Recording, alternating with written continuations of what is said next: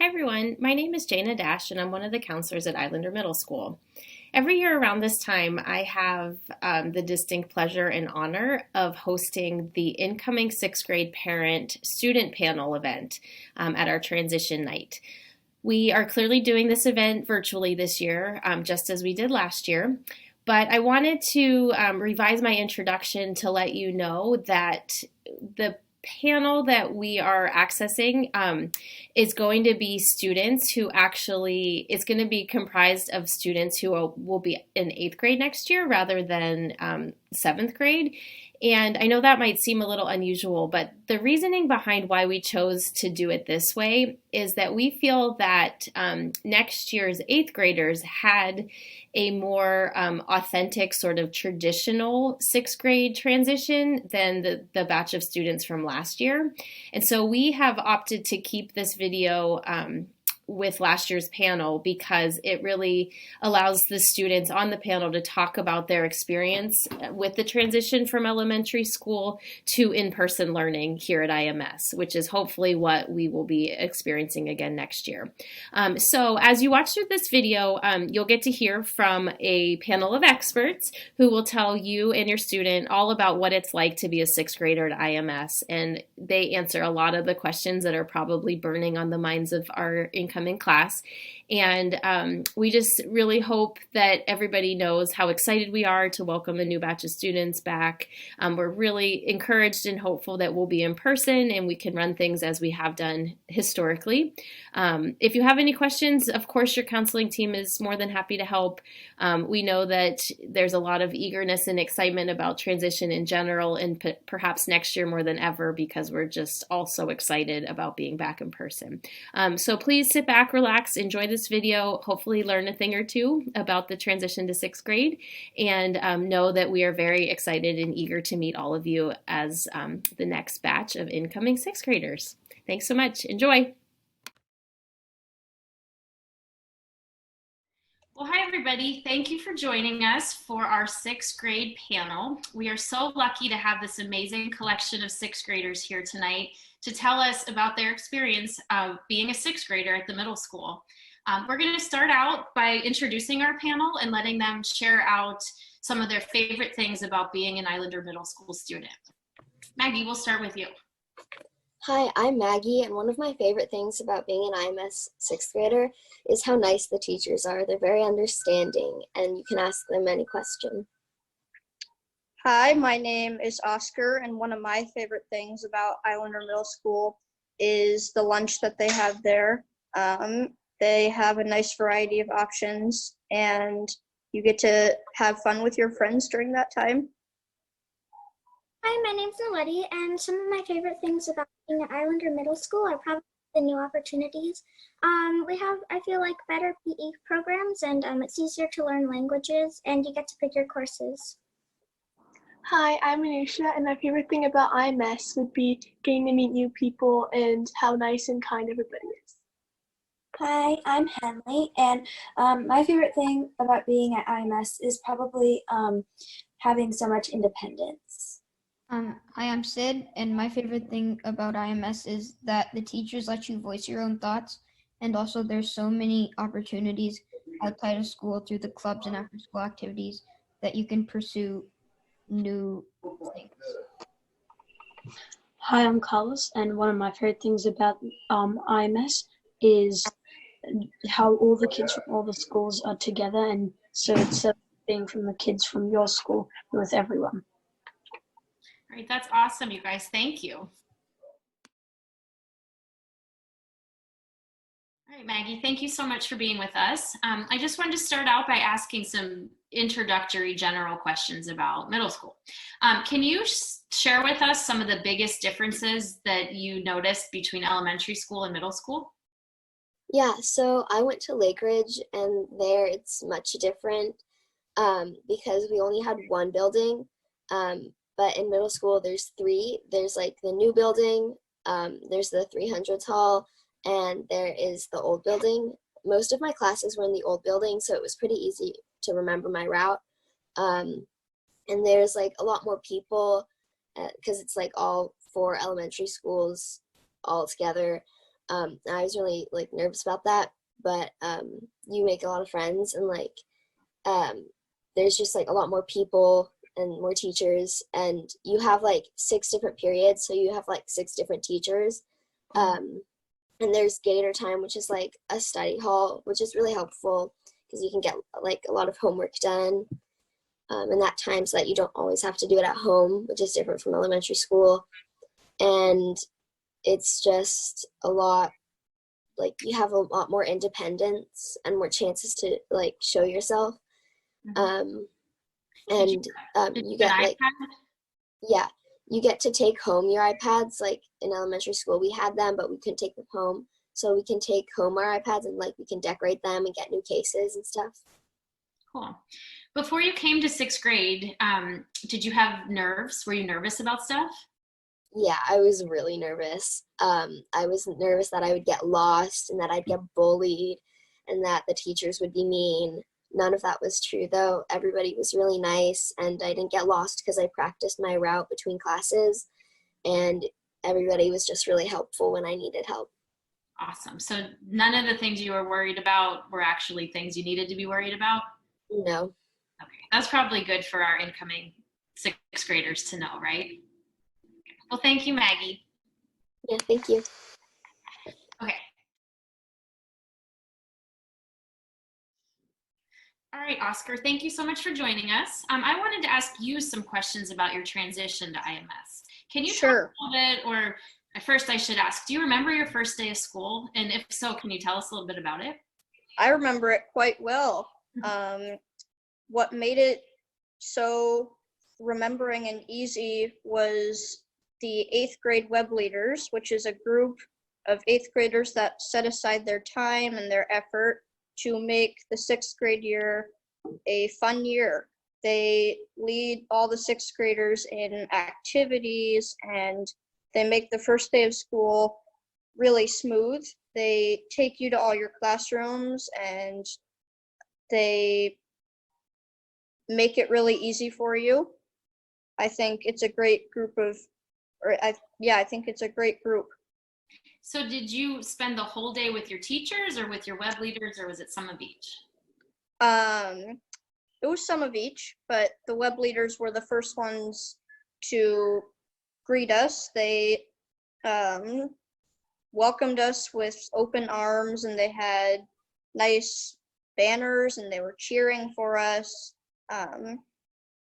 So it was mostly web leaders, but some teachers as well. The teachers are really nice. Cool. So I know something that a lot of 5th graders worry about is getting lost, because IMS is just so much bigger than the elementary schools. Can you talk about that? Did you get lost? Was it scary? What? I got lost a little bit, but I found it helpful to practice my class layout a few days before the first day of school. And I printed out a map and slipped it in my binder and just took quick glances at it to remind myself where I was going. So don't sweat about getting lost. It's just practice makes perfect. Okay, so I wonder, how long did it take you to feel comfortable as a 6th grader?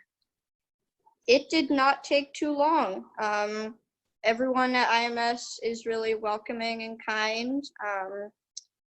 And since everyone from all 4 schools is there, you have a nice chance to make new friends, and everyone is really in the same boat. So everyone's looking for new friends, new people.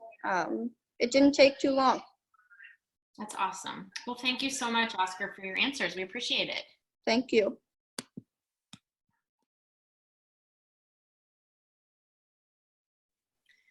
Okay, Naledi, thank you so much for joining me. I wanted to ask you some questions about academics at IMS, okay? So my first question is, how much time do you think you spend on average doing your homework? On average, I spend around 15 minutes to an hour working on homework. So for subjects such as math, it's usually the longest part is learning how to do it. But when it comes down to the actual homework, it usually takes around 15 minutes, and the longest part is checking it. And for other subjects such as language arts or social studies, where we write essays, the longest part is usually just researching and final touches like using a thesaurus for synonyms. That's awesome. Okay, what do you recommend or what do you use to keep yourself organized so you know what kind of homework you have to do each night? On an app called Self-Service, there's an app called My Homework Planner, and on it you can log in assignments you have. So you just type in the name and then the subject it's from and when it's due. And I like checking that. Otherwise, I go to the calendar on Schoology and it tells me what's coming up and when it's due. Okay. Cool. Sorry, did you have something else? Sure. Yeah, sorry. One more thing I guess thought of was that sometimes setting aside like an hour a day for homework or even more really, just so you can work around it, helps so that you just have the time and you don't have to stay up for it. That's super good advice. Thank you for that. Thank you. Are you familiar with our homework center option at school? Yeah, I think it's a really good thing. It helps me to after school when sometimes it's hard to really just focus on one thing. I can go there and just be there and work on school. So parents, just for clarification, we do offer a homework center after school Monday, Tuesday, and Thursday, where students can stay after school until about 4 o'clock to start on their homework. And we do offer transportation home, so that's a really great resource for Islander kids. Okay, Naledi, what else? Can you speak to what you do if you know you're going to be homesick or your family's going away for like a trip or something like that? Yeah, so when I know that I'm not going to be at school, I'll check Schoology's calendar option and just look at what I have to do. And you can always check in with teachers and they could tell you what you're going to learn, so you're not just doing homework you don't know how to do. That's great advice. Okay, my last question for you is, what is your favorite subject and why? My favorite subject would have to be language arts because it allows you to express yourself. I love writing essays because there's so much you can fit into 5 paragraphs, and especially reading reflections is one thing my class does, where we write about how a book connects to us and different things about it, and it's nice to be able to pick whatever book you want and the topic it is and just talk about that. That's awesome. Thank you so much for all your input. Thank you. Have a good day. You too.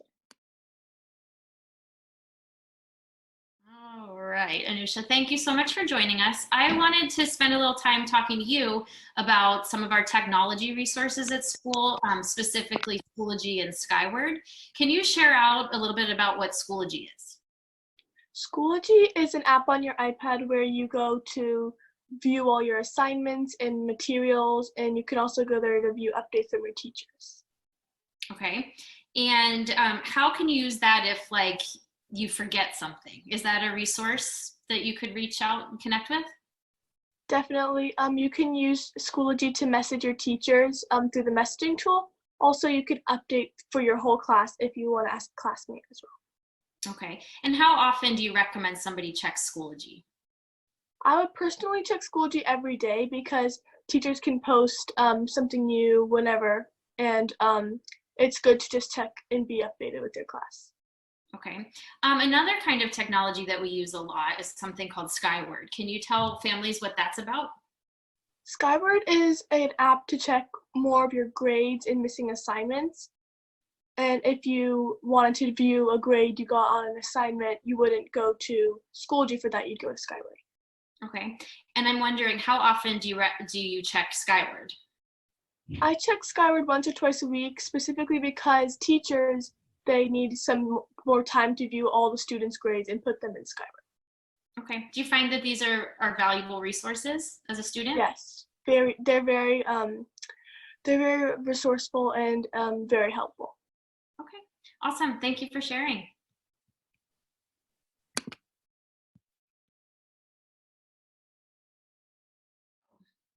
All right, Henley, thank you for joining me. I wanted to ask you specifically some questions about your iPad, and also we should probably touch on cell phones at school. So first of all, have you had any challenges with your iPad? Well, some of the challenges that you could have with your iPad is you could forget it at home, and if so, you can just call your parents, or if you can't, you can probably use one of the business centers, and you could forget to charge your iPad, and if that happens, usually there's some chargers at school that your teachers can give you to use to charge your iPad. So you mentioned the business center. Can you talk a little bit about what that is? Yeah, the business center is in the 6th grade building, and it is a place for if you have any questions about your iPad or if you need help with it, there are people there to help you. Okay, that's awesome. And I also wanted to just make mention of cell phones, since that's kind of a hot topic. Are kids allowed to bring their cell phone to school? Yeah, they are. You just have to have them in your backpack or in your locker between the hours 8:25 and 2:50. Do you happen to know what happens if a teacher sees a cell phone during the day? Yeah, so if the teacher sees an iPhone during the day, they'll usually give it to the office, and at the end of the day, you can collect it. Okay, awesome. Thank you so much for that information. Yeah.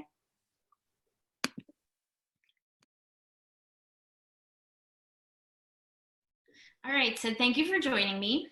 I wanted to ask you some questions about the social life of a middle schooler. So my first question is it hard or easy to make friends coming from the elementaries? I found it really easy to make friends because you have to interact with your peers through class projects, so you get to talk with each other.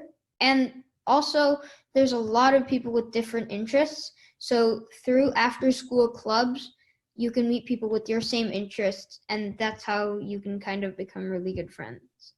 That's very cool. So when do you think is like the easiest time to socialize? Are there multiple times throughout the day where you feel like you can talk to people? Well, if you want to have the longest period to socialize, for me was lunch, because you can just do whatever you want as long as like it's not rowdy or you're not harming people, and you can go play games outside or in the gym, or you can just talk with your friends the whole period.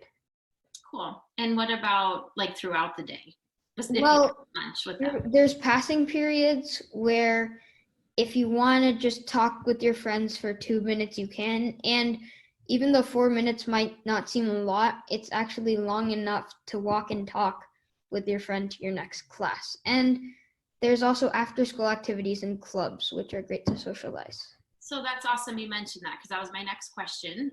What kind of after-school activities are you familiar with that we offer? Well, I know for sports, I guess you could say, there's wrestling, volleyball, track, and cross country.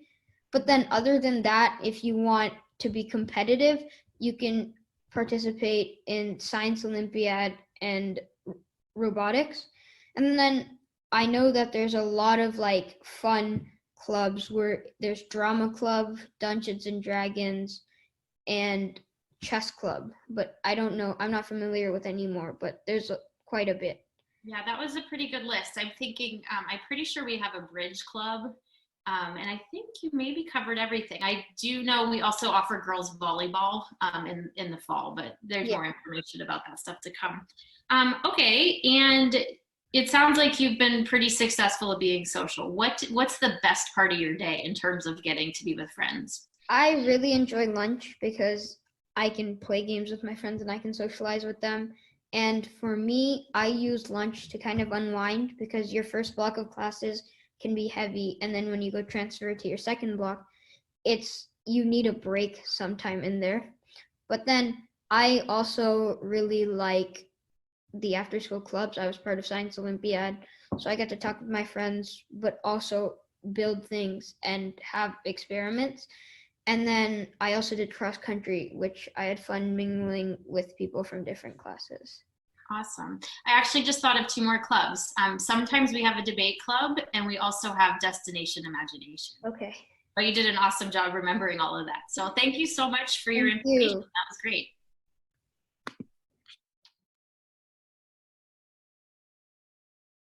All right, Carlos, thank you for joining me. I wanted to ask you some questions about lunch. Okay, so can you talk a little bit about what's available for lunch at school?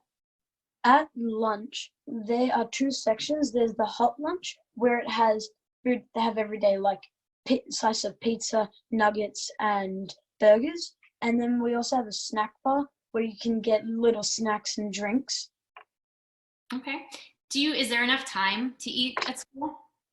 Yeah, there should be enough time to either buy your lunch, or even if you pack your lunch, there should be enough time for you to eat it during lunchtime. Okay. If people want to buy lunch, how do they pay for it? Do you have to bring cash every day? You can't pay for lunch with cash, or what most people do is at the start of the year, you get a ID card, and on the card has a PIN, and the way you get it, you just have to pay for the card, and then your parents can like deposit money and put it on there, and then all you have to do is either bring the card and they scan it, or you put in your PIN code. Okay, that's really cool. So what are some options for you when you're done eating? What can you do? Some options are, if you finish late, you can just go wait near the door until you can be let out to go to your classes. You can go to the library if it's opened, and you can go play foosball or go to the gym to play basketball or outside to play other games. Cool. Is it, my last question for you, is it hard to find somewhere to sit and eat? Not really, because there's a lot of places to sit. You can sit inside or outside. On most days you can sit outside. But what I did at the start of the year, I found a friend or two that I knew, and I just sat with them, and then along the way I made more friends. And if you don't know anyone, it's actually really easy to just try to sit with new people and try to make new friends. It should be easy because a lot of the people there are really nice people. That's so good to hear. Thank you so much, Carlos. I really appreciate that information.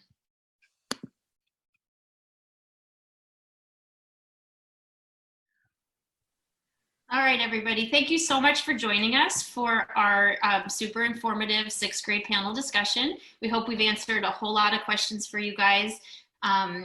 I'd like to close out this experience by letting each of our panelists share any advice that they might have for our incoming 6th graders. And again, Maggie, we'll start with you. Yeah, so don't be afraid to ask questions. No matter how different they're going to be, your teachers would love to answer them. My advice to your incoming 6th grader is practice your classes often before the first day of school, and if you can, get to know your teacher and make a personal connection with them. It really helps. My piece of advice would, I recommend you do your best, but don't overstress about it. Don't be scared to participate in clubs and school events like Spirit Days. My advice would probably be don't be nervous to ask questions, because everyone at IMS is so welcoming and caring and kind about those kind of things. My advice would be that make sure to check Schoology every day, because when you do that, your homework doesn't really become a problem because you know when it's due. My piece of advice would be to not procrastinate and to not overthink things. That is some awesome advice. Thank you guys for joining us. Parents, we hope you learned a lot. Feel free to reach out to any of your IMS counselors if you should have any questions about transition that did not get answered. Thank you.